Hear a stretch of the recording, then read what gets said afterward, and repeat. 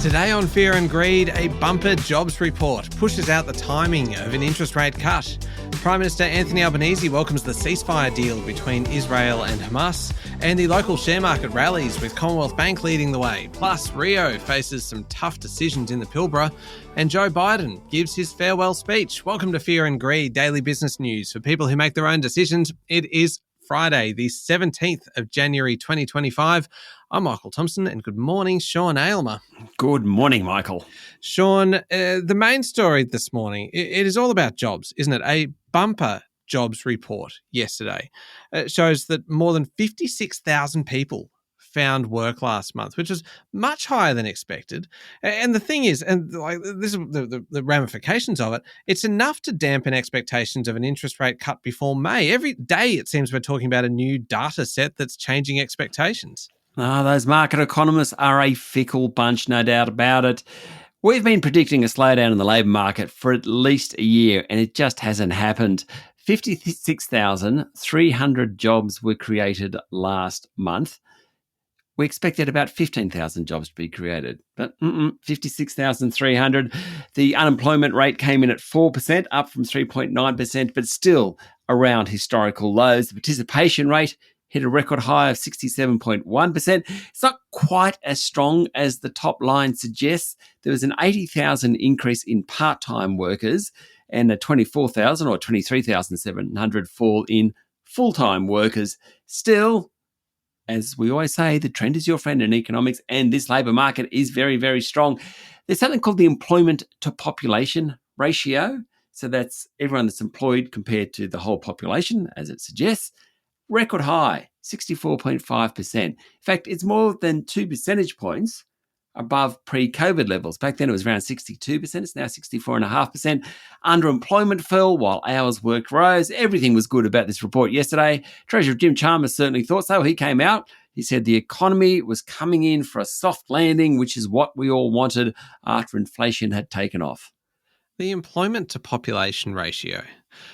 That's an interesting one, isn't it? Because what does that suggest to you then, that the population growth has largely been in working age people in terms of people coming into the country then, and they are all getting jobs then, so that a larger percentage of those who are in the country are then technically employed? Yes. When you have high net migration, they tend to be people who take jobs as opposed to 5-year-olds or something like that. So that employment to population ratio rises. Notwithstanding it, today it's at a record high for whatever reason, and it just shows how strong the market is. Okay. But Sean, interest rates, interest rates. So I knew we were going to get interest rates. Yep. What does it mean? Are we going to be getting a rate? 48 hours ago, 24 hours ago, we were talking about, hey, we might have an interest rate cut in February.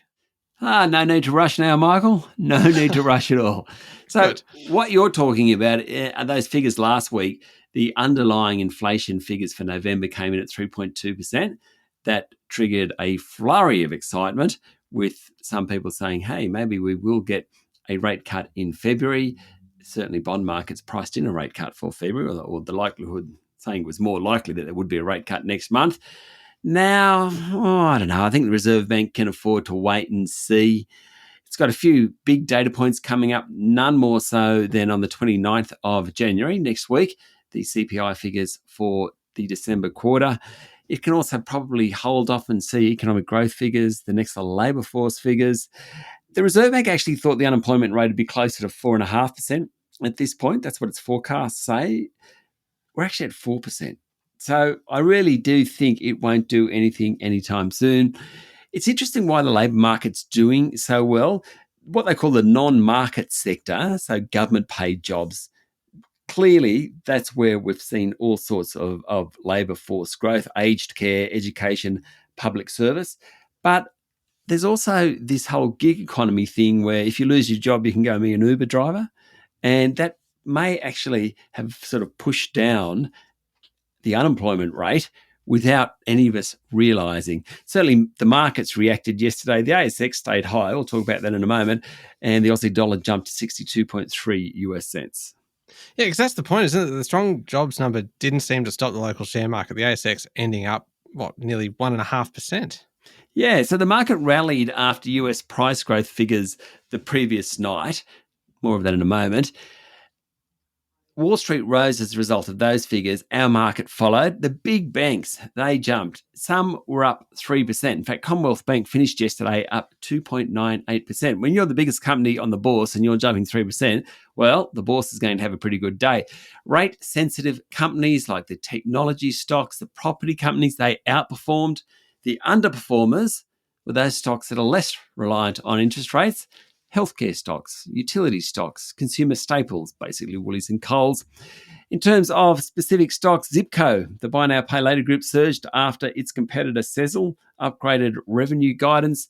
Neuron Pharmaceuticals rebounded after a tough session on Wednesday. Tabcorp Holdings jumped after announcing its first chief wagering officer. You'd think that a gaming company would have a chief wagering officer. That's a pretty good idea. By the end, the S&P ASX 200 was up 1.4% to 8,327 points. Before we get to those US inflation figures, Sean, just while we're talking about local markets, wanted to mention today's interview that you have coming up after the show. You're speaking today with Ben Gilbert from Jarden, Australia. It's a great one for investors. Sure is. All about JB Hi-Fi. JB Hi-Fi arguably is the best retailer stock of the past decade. It's only, I'm going to get this wrong, but in about 20, 25 years, it's actually only had two CEOs. It's had this incredible ability to reinvent itself and attract customers, attract revenue, boost sales. So what's that mean for where it stands today?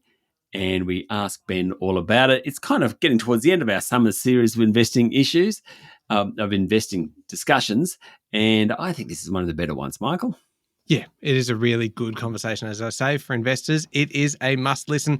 Now, Sean, you did mention before the US inflation figures are weaker than expected. So now investors think there might be more rate cuts in the US. Yes. So the discussion was that only one more rate cut in the US this year. The core CPI came in 0.2% for last month. The previous few months it had been 0.3% or more. So 0.2% times that by 12, that's 2.4%. That's a pretty good inflation number. I think people would be happy with that. Therefore, you might see more rate cuts. That's the theory anyway. Otherwise, on global markets, oil prices are rising. We're going to see that in the petrol pump in 2 or 3 weeks. US crude inventories fell, and there are fears around supply, particularly around Russia and Iranian oil. So the price of oil is up to $82 a barrel.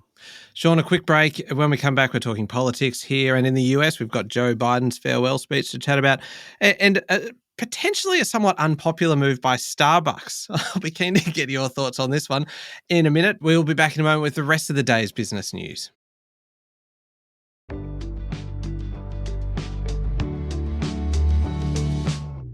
Sean, Prime Minister Anthony Albanese has welcomed the announcement of a 6-week ceasefire between Israel and Hamas following 15 months of conflict. The deal to end the conflict was announced following days of negotiations in Qatar. It's due to begin on Sunday. Around 1,200 Israelis and 46,000 Palestinians have been killed over the course of the war.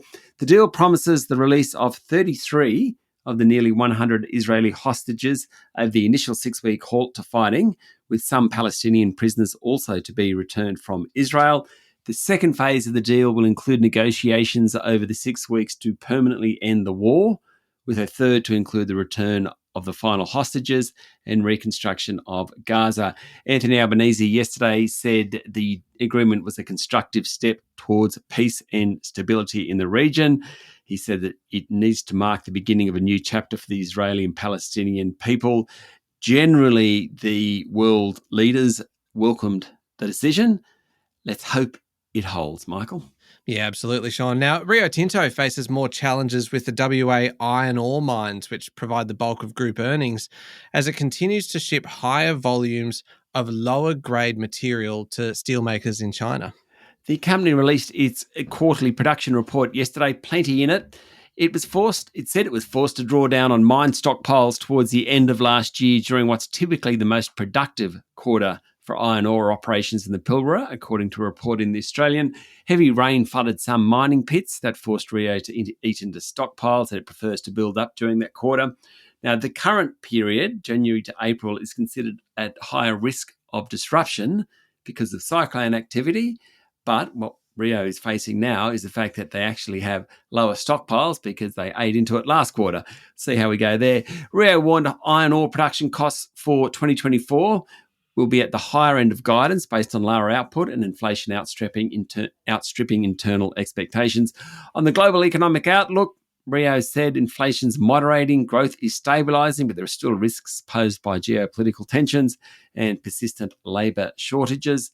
It also talked about the US economy. It said, in particular, the tech sector had outperformed and the outlook remains stable in the countdown to President-elect Donald Trump taking the reins. China is all important for that company. Rio believes iron ore demand has peaked there but will remain strong. The Chinese economy has provided mixed signals about what the next 12 months will look like. Turning to international news now, Sean, President Joe Biden used his farewell address to the nation yesterday to deliver some pretty stark warnings about an oligarchy of the ultra-wealthy taking root in the country and a tech industrial complex that is infringing on Americans' rights and the future of democracy. Who's he talking about here? I don't know. I really don't. It's a mystery, isn't it? If you get the opportunity, go and listen to it because it is masterful in absolutely skewering people like Donald Trump and Elon Musk, etc., and the ultra-rich, and without saying their names. Yeah. It was... Yeah, he was speaking from the Oval Office as he prepares to hand over power to President-elect Donald Trump. That occurs Tuesday morning, Australian time. Mr. Biden seized what is likely to be his final opportunity to address the country before he leaves the White House to spotlight the accumulation of power and wealth in the US among just a few people. I quote him, "Today, an oligarchy is taking shape in America of extreme wealth, power and influence that literally threatens our entire democracy, our basic rights and freedoms, and a fair shot for everyone to get ahead." He went on to draw attention to a dangerous concentration of power in the hands of a few ultra-wealthy people and the dangerous consequences if their abuse of power is left unchecked. Bang. I think he got him. I think he got them. Yeah, didn't miss. Now, many of the world's richest economies will need to at least double productivity growth to maintain historical improvements in living standards amid sharp falls in their birth rates. So we need to have more babies or get more productive. Yeah, a bit pointy-headed, but very, very relevant. Now, what was that TV show? Oh, I'm not going to. Handmaid's Tale. Oh, yes. Did you ever see it? And that whole concept of declining birth rates, and that's obviously absolutely ultra extreme. But what we're talking has shades of that in it because birth rates are falling. Now, a McKinsey report looked at the economic impact of declines in birth rates. It found that the UK, Germany, Japan, and the US will all have to see productivity rise at double the pace seen over the past decade to maintain the same growth in living standards. Now, in France and Italy, it's 3 times the most recent productivity levels. In Spain, it's 4 times the most recent productivity levels, according to a report in the FT. The report basically highlights the impact of declining birth rates on the world's most prosperous economies. It shows that it does leave the declining birth rates leaves them vulnerable to a shrinking proportion of the population of working age. They will actually have to be a lot smarter and work harder to maintain their living standards. Australia's productivity pace will need to increase by about 25%, according to the report. Not quite as the prospects aren't quite as bad as some of those European economies in the US, but still, we need higher productivity in Australia. What's more babies, Sean? More babies. Bring back the baby bonus. Remember the baby bonus scheme? Yes. And what was Peter Costello's line? Was it for, have one for mum, one for dad, and one for the country? Yeah, something like that. A little bit of patriotism in the bedroom, Sean. Anyway, moving on from that one, Starbucks.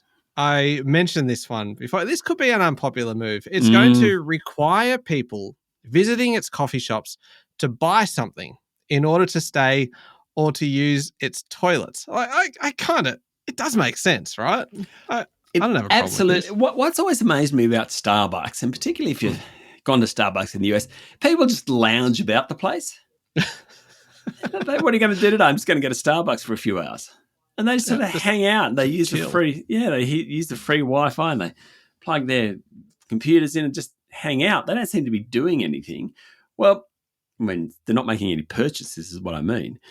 That ain't going to be allowed anymore. The new policy outlined in a just-released code of conduct will be enacted later this month. It will apply to all the company's cafes, patios, and bathrooms. Good to have a code of conduct on the bathroom. It's a very practical step, right? The idea is that it will prioritise paying customers who want to sit and enjoy coffees or need to use bathrooms during their visit. But it does totally reverse a policy that was instituted back in 2018 that said people could use its cafes and bathrooms even if they hadn't bought anything. Well, let's face it, that probably wasn't the best policy ever. Just come and use our stuff. And so I don't know. You wouldn't dream of doing that in Australia. Like you wouldn't dream of going into a cafe, would you? No, I'm not talking about kind of a Starbucks, a big global chain. But your suburban cafe, you would not dream of going in, sitting down at a table, opening your laptop, and not actually buying something. But I wouldn't use their bathroom unless I bought water or coffee or something or other. Like I'd spend the $5 just so I can use the bathroom. Yeah, absolutely. Anyway, up next is the Fear and Greed daily interview. Your business interview today, Sean, is with Ben Gilbert from Jarden, all about JB Hi-Fi. Great one for investors. It is coming up in the Fear and Greed playlist on your podcast platform or at fearandgreed.com.au. Thank you very much. Good morning, Michael. It's Friday. Sound like a pair of proper gentlemen today. It is Friday, the 17th of January, 2025. Make sure you're following the podcast. And please join us online on LinkedIn, Instagram, X, TikTok, and Facebook. I'm Michael Thompson. That was Fear and Greed. Have a great day.